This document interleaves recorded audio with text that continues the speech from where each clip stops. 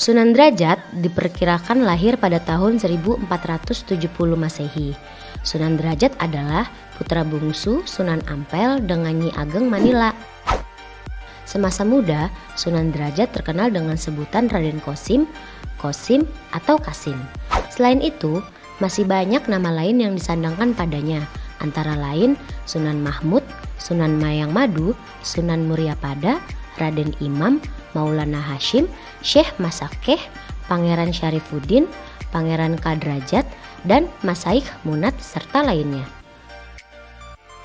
Dalam memperdalam ilmu agama, Sunan Derajat belajar kepada ayahandanya Sunan Ampel, kemudian ke Cirebon untuk berguru pada Sunan Gunung Jati. Menurut tradisi yang berkembang, ada kecenderungan seorang kiai akan menyuruh anaknya untuk mengaji kepada kiai lain yang dipercaya memiliki ilmu lebih tinggi, baik itu dahulunya adalah kawan mengaji maupun mantan santrinya. Pangeran Derajat muncul derajatnya menjadi anggota Wali Songo melalui musyawarah pada wali di Balai Sidang Para Wali.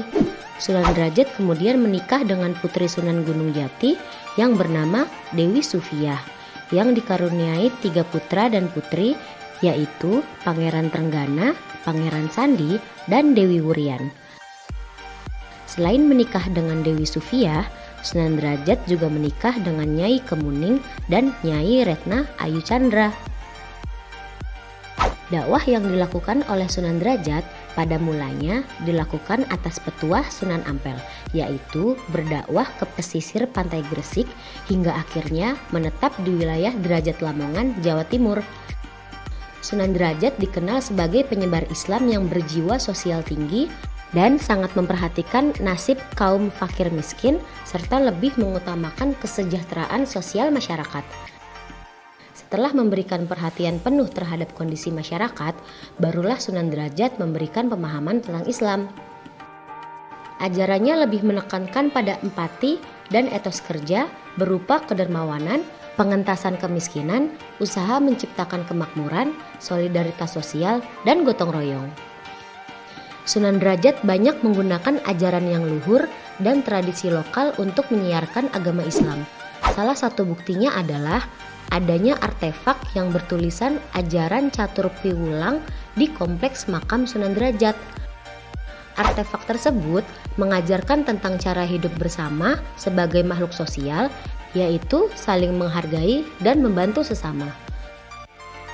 Selain itu, Sunan Derajat juga memiliki keahlian dalam bidang seni lainnya. Hal ini dibuktikan dengan adanya seperangkat gamelan yang diberi nama Singok Mengkok. Sebagaimana Sunan Bonang, Sunan Derajat juga dididik di lingkungan Jawa karena keluarga ibunya berasal dari keluarga bupati. Hal tersebut berdampak pada pengetahuannya tentang budaya Jawa, ilmu, bahasa, sastra, dan agama yang lebih dominan bercorak Jawa. Sunan Derajat dikenal pandai mengubah berbagai tembang Jawa. Sejumlah tembang Macapat Langgam Pangkur diketahui telah diubah oleh Sunan Derajat. Peninggalan beliau hingga saat ini tersimpan rapi di Museum Khusus Sunan Derajat di wilayah Lamongan.